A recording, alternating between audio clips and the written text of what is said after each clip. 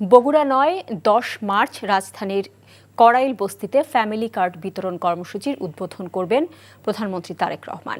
এমনটা জানিয়ে সমাজ কল্যাণ এবং মহিলা ও শিশু বিষয়ক মন্ত্রী বলেন, পাইলট প্রকল্পে ধারণার চেয়ে ৬ গুণ বেশি কার্ড লাগছে। আর পানি সম্পদ মন্ত্রী জানিয়েছেন, ঈদের আগেই শুরু হবে খাল খনন কর্মসূচি। অন্যদিকে সিটি কর্পোরেশনগুলো অর্থ সংকটে ভুগছে বলে প্রধানমন্ত্রীকে জানিয়েছেন ৩ প্রশাসক। হাসান মাহমুদের রিপোর্ট।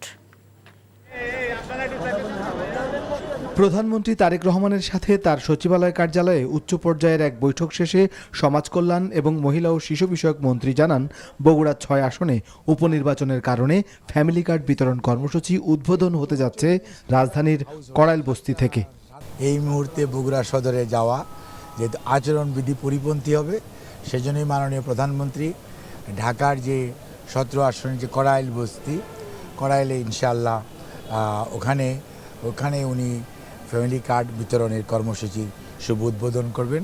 ধীরে ধীরে সারা বাংলাদেশের প্রতিটি উপজেলায় এটি ছড়িয়ে দেওয়া হবে। প্রধানমন্ত্রী তারেক রহমানের সচিবালয় দপ্তরে বৈঠক শেষে বেরিয়ে যাবার সময় পানি সম্পদ মন্ত্রী জানিয়েছেন, শুষ্ক মৌসুমকে সামনে রেখে জলাবদ্ধতা নিরসনে ঈদের আগেই শুরু হবে খাল খনন।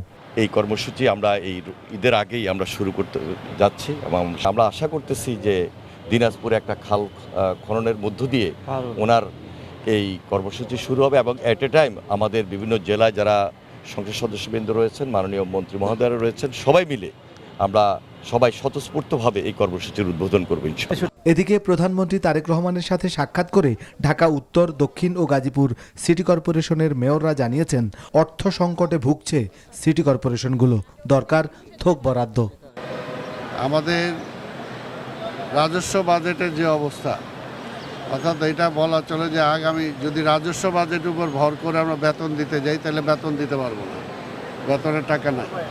তারা এমনভাবে সব শূন্য করে দিয়ে গেছে যে এই সময় যে ইমার্জেন্সি পিরিয়ডে আমরা যে কাজ করব, সেই কাজের মতো অবস্থা নাই।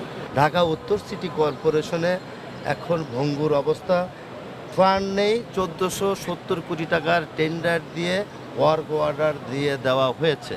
প্রশাসকরা জানান, গ্রিন ও ক্লিন সিটি করা এবং মশা নিধনকে অগ্রাধিকারে রেখেছে সিটি কর্পোরেশনগুলো। Hasan Mahmud, NTV news, Dhaka.